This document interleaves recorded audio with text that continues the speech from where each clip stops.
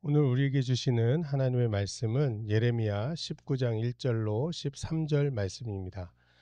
여호와께서 이같이 말씀하시되 가서 토기장의 옹기를 사고 백성의 어른들과 제사장의 어른 몇 사람과 하시듬은 어기 곁에 있는 흰놈의 아들의 골짜기로 가서 거기에서 내가 내게 이른 말을 선포하여 말하기를 너희 유다 왕들과 예루살렘 주민아 여호와의 말씀을 들으라. 만군의 여호와 이스라엘의 하나님이 이같이 말씀하시되 보라, 내가 이곳에 재앙을 내릴 것이라. 그것을 듣는 모든 자의 귀가 떨리니 이는 그들이 나를 버리고 이곳을 불결하게 하며 이곳에서 자기와 자기 조상들과 유다 왕들이 알지 못하던 신들에게 분향하며 무죄한 자의 피로 이곳을 채웠음이며, 또 그들이 바알을 위하여 산당을 건축하고 자기 아들들을 바알에게 번제로 불살라 드렸나니 이는 내가 명령하거나 말하거나 뜻한 바가 아니니라.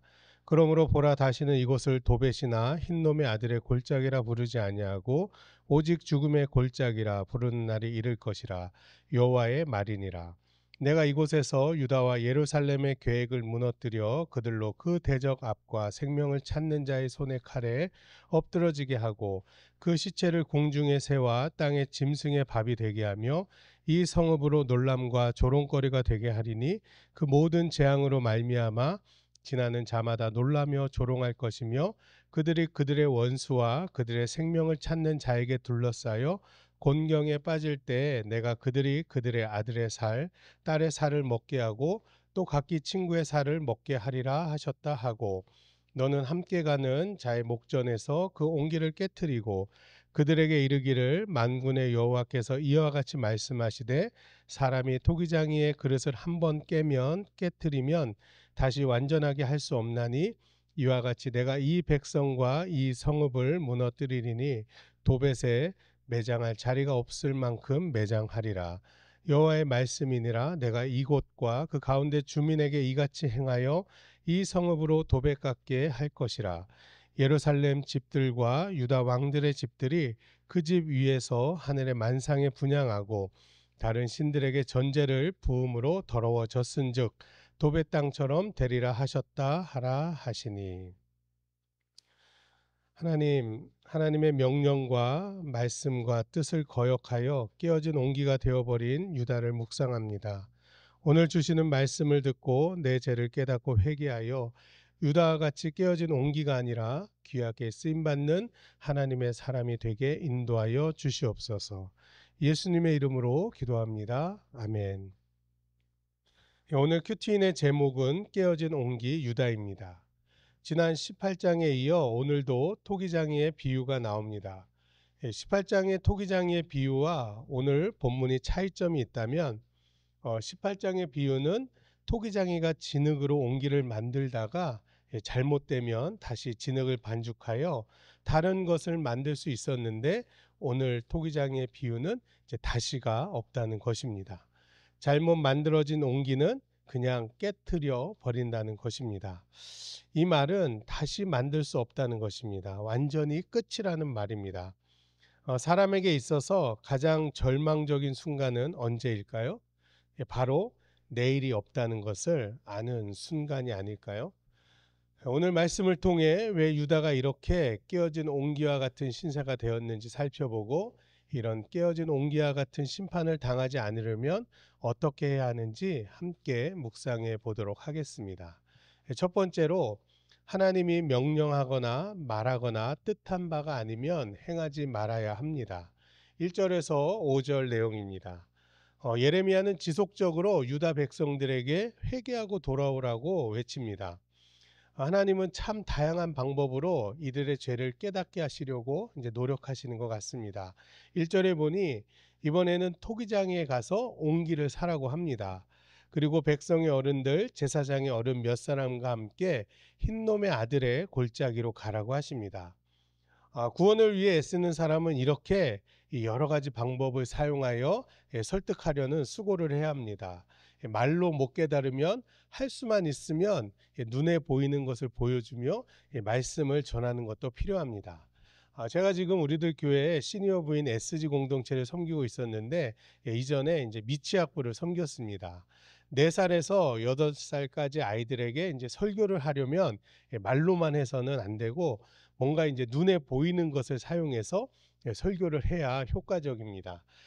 지금도 생각나는 설교가 있는데 이 본문으로 설교를 하면서 아이들에게 어떻게 효과적으로 이 설교를 할까 생각하다가 진짜 아이들이 보는 앞에서 이 자그마한 항아리를 깨트리기로 했습니다. 그래서 이제 망치를 들고 항아리를 이렇게 내리치려고 했더니 이제 아이들이 막 하지 마세요 뭐 막 소리 지르면서 난리가 났습니다. 근데 이제 제가 어떻게 했을까요? 항아리를 내리쳤습니다. 항아리는 산산조각이 났고 그런 항아리를 보며 이제 아이들은 제가 무슨 말을 하려고 하는지 잘 알아듣는 것 같았습니다. 오늘 하나님도 귀가 있어도 깨닫지 못하고 눈이 있어도 보지 못하는 이 이스라엘 사람들에게 그들의 대표격인 백성, 제사장들의 어른에게 이렇게 시청각 교육을 통해 너희가 이런 신세라는 것을 이제 보여주시고자 합니다. 그런데 그 장소가 어디입니까? 하시드문 어기 곁에 있는 흰놈의 아들의 골짜기입니다. 하시드문은 이제 질그릇 조각의 문이라는 뜻으로 아마도 우리가 잘 알고 있는 예루살렘 구시가시 남쪽 이제 성벽에 있는 그 쓰레기나 이제 똥들을 내다버리는 이제 분문이었으리라 추정이 됩니다. 그리고 흰놈의 아들의 골짜기는 예루살렘 남서쪽에 있는 골짜기로 예루살렘에서 나오는 쓰레기를 내다버리고 소각하는 장소인데 이곳에서 우상 특별히 바알과 몰렉에게 자녀를 바치는 인신 제사가 드려졌다고 합니다. 아마도 흰놈이라는 사람이 제일 먼저 이렇게 인신 제사를 자녀를 이제 죽이는 제사를 이제 행해서 아마 흰놈의 아들의 골짜기라고 이제 불려지지 않았나라고 추측이 되는 장소입니다. 그럼 하나님은 왜 이들의 이런 불결한 곳으로 이제 인도를 하셨을까요? 그들이 죄를 지은 현장을 보게 하고 그들의 죄가 얼마나 불결한지, 얼마나 더러운지를 직접 보게 하시려는 것입니다. 서울 상암동에 가면 이제 난지도라는 곳이 있습니다. 지금은 공원으로 조성되어서 이 겉으로 보아서는 이제 어떤 곳인지 잘 모르지만 원래 그곳은 서울과 인근 지역에 쓰레기를 땅에 묻는 매립지였습니다. 그래서 예전에 차를 타고 그것을 지나면 이제 악취가 심하게 나서 이제 문을 못 열 정도였다고 합니다. 아마 아무런 처리 장치가 없는 흰놈의 골짜기는 난지도보다 몇십 배는 더 더럽고 악취가 나고 이 불결한 곳이었을 것이라 생각이 됩니다. 죄의 냄새가 있다면 이제 흰놈의 아들 골짜기의 냄새와 같지 않을까라는 생각이 듭니다. 3절을 보니 이곳에서 귀가 떨릴 정도의 재앙의 이야기를 듣습니다. 그 재앙의 구체적인 내용은 7절에서 11절까지의 내용인데 간단히 말해 너희가 깨어진 그릇처럼 산산이 부서진다는 내용입니다. 회복 불능의 상태로 파괴된다는 것입니다. 우리도 험악한 사람들 와서 죽인다고 위협만 해도 다리가 후들거리고 등에서는 식은땀이 나는데 온갖 악취와 더러운 오물과 인신 제사를 드리는 장소에서 내가 너희를 깨어진 옹기와 같이 산산이 부서뜨린다고 하니 이 말을 듣는 백성의 장로들은 얼마나 두려웠을까요? 얼마나 두려웠으면 잘 움직이지 않는 귀가 떨린다고 이렇게 하실까요? 그런데 왜 이들이 이런 귀가 떨리는 재앙의 소식을 들을까요? 4절에서 5절까지 그 답이 나와 있습니다. 이들이 나를 버리고 이제 이곳을 불결하게 하며 이곳에서 자기와 자기 조상들과 유다 왕들이 알지 못하던 다른 신들을 분향하며 무죄한 자의 피로 이곳에 채웠음이며 또 그들이 바알을 위하여 산당을 건축하고 자기 아들들을 바알에게 번제로 불살라 드렸나니 이는 내가 명령하거나 말하거나 뜻한 바가 아니라고 하십니다. 한마디로 말해 내가 하지 말라는 것만 골라서 했다는 것입니다. 죄는 무엇입니까? 말씀에서 벗어났다는 것입니다. 말씀에서 벗어나 하나님이 그렇게도 미워하시는 우상을 섬기고 심지어 자식을 우상에게 제물로 바쳤다는 것입니다. 왜 이들은 이리도 하나님의 말씀을 듣지 않고 악을 행할까요? 그것은 바로 그들 안에 욕심이 가득 찼기 때문입니다. 야고보서 1장 15절에 욕심이 잉태한즉 죄를 낳고 죄가 장성한즉 사망을 낳는다고 하고 있습니다. 하나님을 믿는다고 하지만 이스라엘 백성은 욕심을 넘어 탐심이 그 마음에 가득하니 하나님을 버리고 자식까지 자기의 탐심을 채우기 위해 죽이는 만행을 저지르는 것입니다. 그런데 예레미야 시대 이스라엘 사람들만 이렇게 자녀들을 바알에게 번제로 부르는 불사르는 악을 저지르고 있을까요? 아닙니다. 하나님을 믿는다고 하는 저와 우리도 이런 악에서 자유로울 수 없습니다. 자녀들을 위한답시고 자녀들이 하나님을 섬기는 것보다 세상에서 성공하는 것에 우선순위를 두고 살지는 않으십니까? 예배보다 입시에 더 우선순위를 두어서 자녀들이 예배를 빠지는 것에 아무 말도 못합니다. 하나님이 주신 각자의 달란트와 사명이 있는데 그것들을 무시하고 그저 좋은 대학, 인기학과 좋은 기업만을 위해 살도록 강요하지는 않으십니까? 이런 것들이 탐욕에 가득 차 자녀들을 우상에게 바치는 행위라고 생각합니다. 저도 얼마 전 딸이 진로에 대하여 고민할 때 저의 탐욕을 따라 조언한 것이 깨달아져 회개가 되었습니다. 학교에서 다양한 진로를 선택하는 기회를 주려고 여러 직업을 가진 분들이 찾아와 이렇게 알려주는 행사가 있었다고 합니다.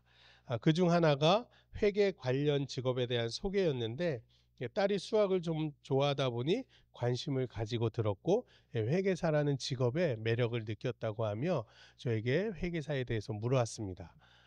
저는 아이의 은사나 사명 그리고 적성이나 성적 등을 고려하는 것은 뒷전이고 그저 회계사가 돈을 잘 벌 것 같다는 이유로 무조건 아이에게 회계사라고 그거 너무 좋은 직업이라고 이제 이야기를 했습니다.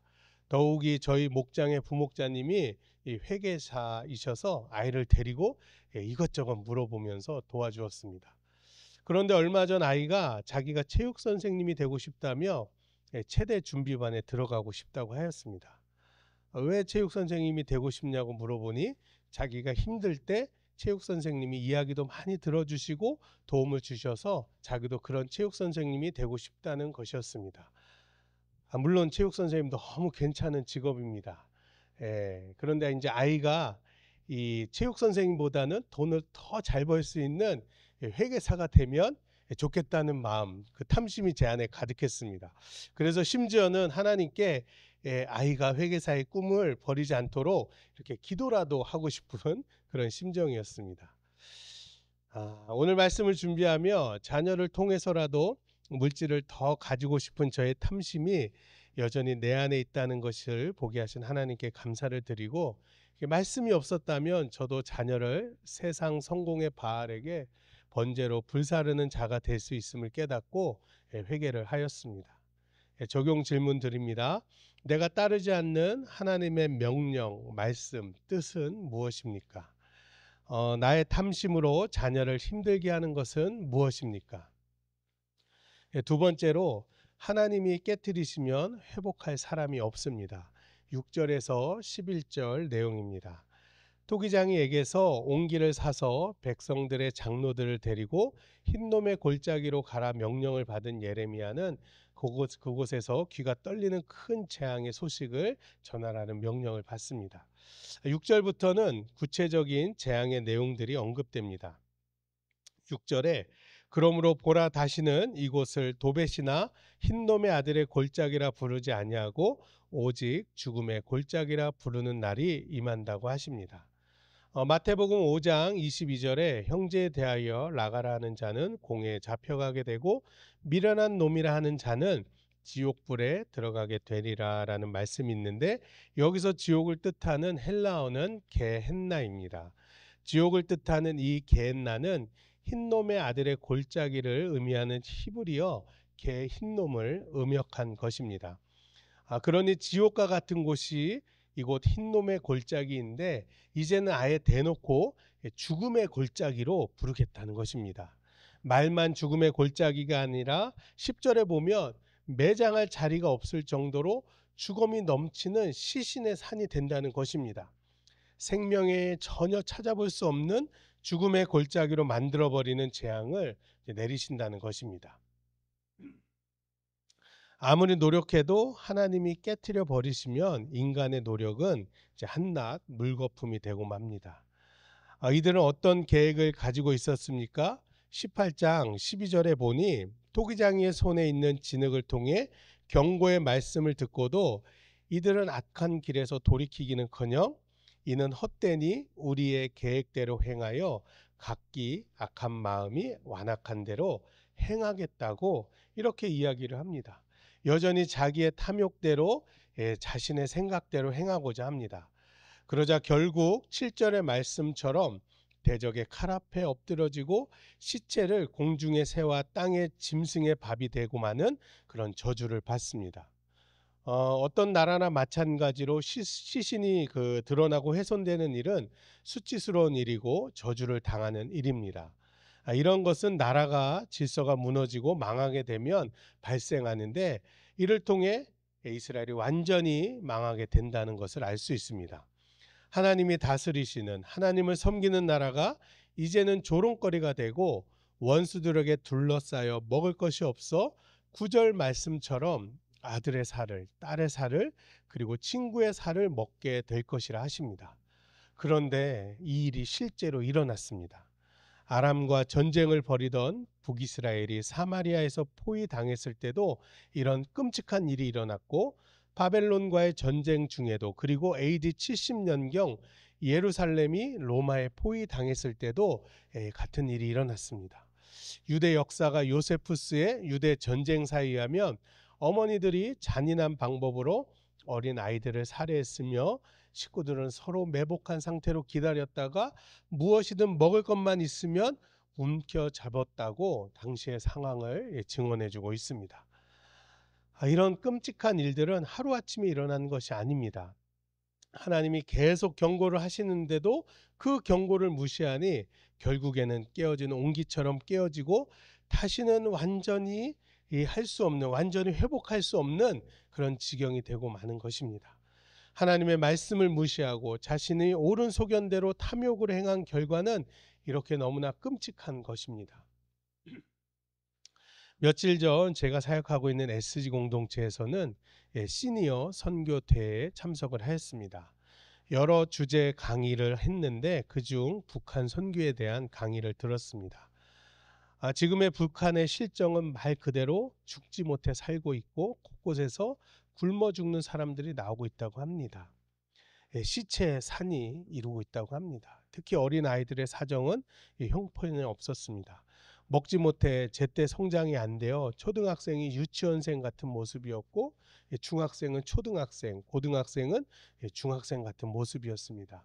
무엇보다도 고아원에 있는 아이들은 먹지 못해 뼈가 다 드러나 있었고, 어떤 아이는 사랑을 받지 못해 계속 몸을 앞뒤로 움직이는 이상 증세를 보였습니다. 그리고 충격적인 것은 아이들이 머리에 링거를 맞고 있었는데 무슨 치료제가 아니라 이 설탕물이라는 것이었습니다. 설탕을 먹지 못해 이 뇌가 제대로 형성이 안 되었기 때문이었습니다. 그런데 이 모든 것의 원인이 하나님을 버리고 사람을 우상화했기 때문입니다. 평양 부흥의 산실이었던 장대현 교회의 터에 김일성, 김정은 동상이 서 있고 곳곳에 이런 동상들이 세워져 매일 동상을 경배하는 일들이 곳곳에서 일어나고 있다고 합니다. 오늘 말씀을 묵상하며 김일성 일간을 우상으로 섬기던 북한이 더 이상 회복할 수 없는 깨어진 옹기 같은 곳이라는 생각이 들어 이 마음이 아팠고, 우리가 예레미야 같은 심정으로 그들을 위해 기도해야 한다는 생각이 들어 이제 기도가 절로 나왔습니다. 적용 질문 드립니다. 내가 깨어진 옹기처럼 되기 전에 돌이켜야 할 죄는 무엇입니까? 깨어진 옹기 같은 북한을 위해 내가 할 수 있는 것은 무엇입니까? 마지막 세 번째로 우상 숭배의 죄는 결국 사망입니다. 12절에서 13절 내용입니다. 하나님은 예루살렘을 도벳과 같이 만드실 것이라 하십니다. 도벳은 큐티인 도움말의 설명과 같이 태우는 곳이란 뜻으로 이방 신인 몰렉 신에게 제사 드리려고 세운 산당을 말합니다.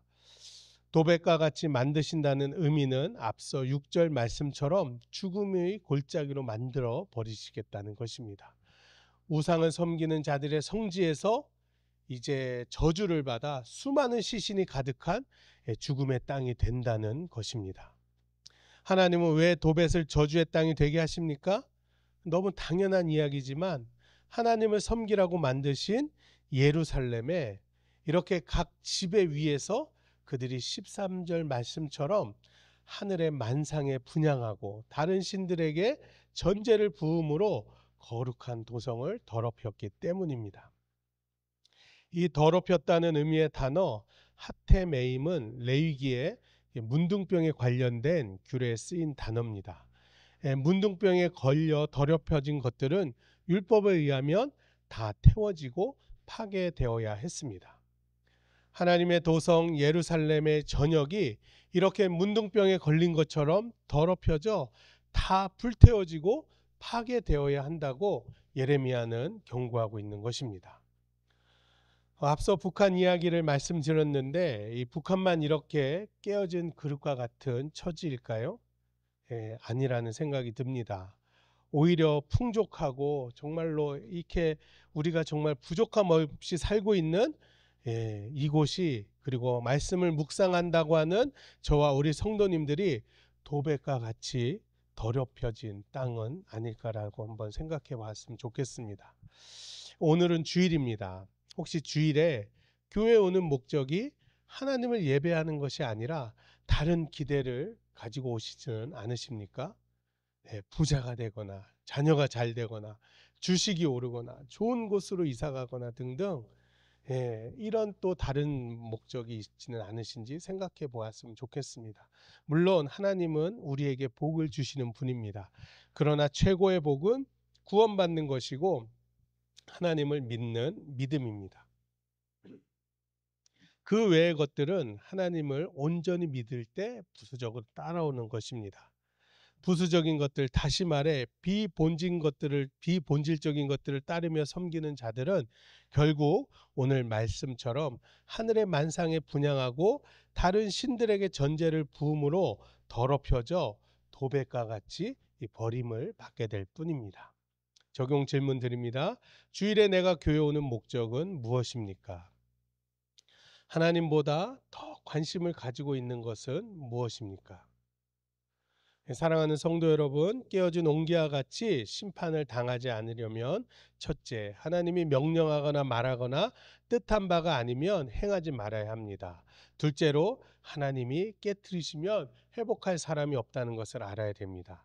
그리고 우상 숭배의 죄는 결국 사망에 이른다는 것을 우리가 믿고 주님의 날인 주일을 온전히 하나님만을 예배함으로 주님의 구원에 거하는 모든 성도님들이 되시길 주님의 이름으로 축복합니다. 다 같이 기도하시겠습니다. 살아계신 하나님, 오늘 토기장이의 그릇이 깨어지는 말씀을 통해 하나님을 떠나 우상을 숭배하는 자가 당한 심판을 알려주시니 감사합니다. 말씀을 통해 제가 탐심을 채우기 위해 자녀를 세상 우상에게 번제로 불사른 죄인이라는 것이 깨달아져 회개가 됩니다. 하나님을 믿는다고 하면서도 하나님의 명령, 말씀, 뜻과 상관없이 내 옳은 소견대로 살며 경고의 말씀을 무시하던 저와 우리의 죄를 회개하니 용서하여 주시옵소서. 그리하여 깨어진 옹기가 되기 전에 옹기장이 되신 주님께 돌아와 주님께 귀하게 쓰임받는 하나님의 사람으로 살게 도와 주시옵소서. 경고의 말씀을 듣고도 여전히 제하지 못하는 산당이 우리 각자에게 있습니다. 불쌍히 여겨주셔서 화를 자체하는 자가 아니라 돌이켜 주님이 주신 사명을 감당하는 자들로 살아가게 도와 주시옵소서. 오늘은 주일입니다. 주님, 우리가 교회 오는 목적이 하나님을 예배하는 것이 되게 하여 주시옵소서. 다른 비본질적인 것들 때문에 하나님을 예배하는 자가 되지 않도록 은혜 베풀어 주시옵소서. 특별히 오늘 대구 채플 가운데 담임 목사님 또 예배를 인도하여 주십니다. 하나님, 그 땅 가운데 주님 죽어가는 자들이 말씀을 듣고 살아나는 은혜가 있도록 주님 인도하여 주시옵소서. 이 나라 이 민족을 기억하여 주시어서 하나님 이 나라 이 민족이 인권을 앞세워 하나님을 대적하는 자들이 되지 않게 하여 주시옵시고 하나님의 공의가 이 땅 가운데 흐르는 나라가 되게 하여 주시옵소서. 포괄적 차별금지법이 막아지게 하시고 태아의 생명을 살리는 법은 속히 세정되어 생명을 살리는 이 나라가 되게 하여 주시옵소서. 오늘 정말로 특별히 북한 땅을 기억하여 주시어서 그곳의 우상이 무너지게 하여 주시옵시고 말씀이 회복되어 살아나는 은혜가 있도록 주님 축복하여 주시옵소서.